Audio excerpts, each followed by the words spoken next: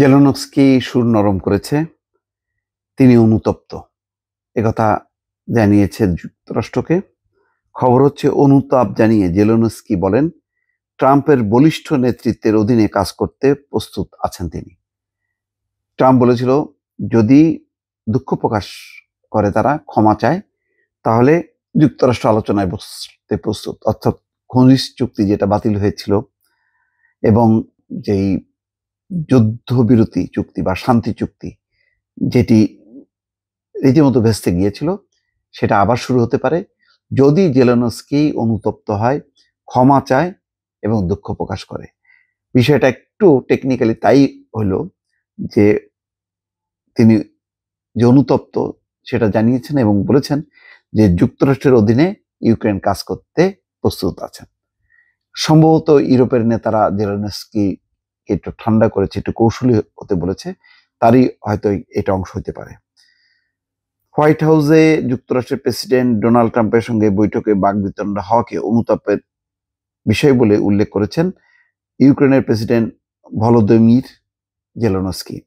একই সঙ্গে তিনি বলেছেন, প্রেসিডেন্ট ট্রাম্পের বলিষ্ঠ নেতৃত্বের অধীন যত দ্রুত সম্ভব রাশিয়ার সঙ্গে চলমান যুদ্ধের অবসানে কাজ করতে প্রস্তুত ইউক্রেন।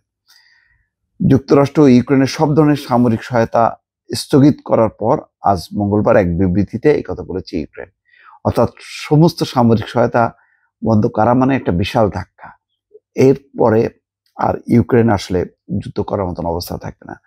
ইউরোপ এমন সহায়তা দেবে না, বা তাদের কাছে এত আধুনিক অস্ত্র, এত আর্থিক সহায়তা, সেটি ইউরোপ কখনো দেবে না। এক্ষেত্রে সবসময় এগিয়ে ছিল মার্কিন যুক্তরাষ্ট্র, এবং তাদের সহায়তার উপর ভর করেই ইউক্রেন এতদিন যুদ্ধ চালিয়ে গেছে। অর্থাৎ মানে রাশিয়ার হামলা ঠেকিয়ে তারা পাল্টা হামলাও করেছে। এখন যুক্তরাষ্ট্র যেহেতু একদম আনুষ্ঠানিকভাবে বলেছে একেবারে সামরিক সহায়তা বন্ধ, ফলে তারপর পরই জেলেনস্কি এখন বুঝতে পারছে যে বিপদ ঘনিয়ে আসছে। সেই কারণে তিনি অনুতপ্ত এই কথা জানিয়েছেন এবং বলেছেন যুক্তরাষ্ট্রের বলিষ্ঠ নেতৃত্বে, অর্থাৎ ট্রাম্পের বলিষ্ঠ নেতৃত্বে যেই যুদ্ধবন্ধে যেই শান্তি আলোচনা, সেই শান্তি আলোচনায় এগিয়ে নিতে তিনি প্রস্তুত আছেন।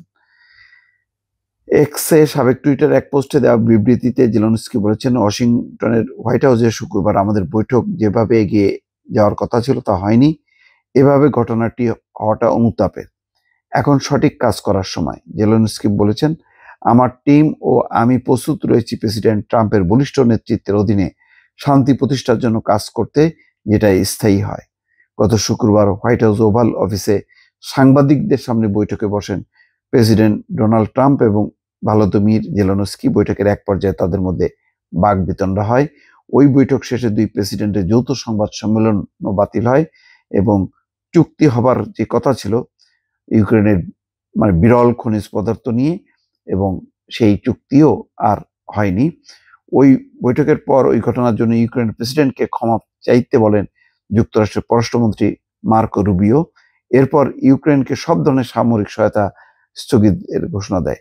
পাল্টা হিসেবে অবশ্য ইউক্রেন দ্রুত ছুটে যায় যুক্তরাজ্যে এবং সেখানে ইউরোপের অন্যান্য নেতারাও বৈঠক করেন এবং তারা শান্তি চুক্তির জন্য একটা পরিকল্পনা পেশ করেন। কিন্তু বিষয়টা হলো, রাশিয়ার অব্যাহত আক্রমণ, সেই আক্রমণ ঠেকাতে গেলে যুক্তরাষ্ট্রকে প্রয়োজন। সেই কারণে জেলেনস্কি এখন অনুতাপ বা অনুতপ্ত সেটা প্রকাশ করে কার্যত আসলে ডোনাল্ড ট্রাম্পের কাছে ক্ষমা চাইলেন। দর্শক, ভালো থাকবেন।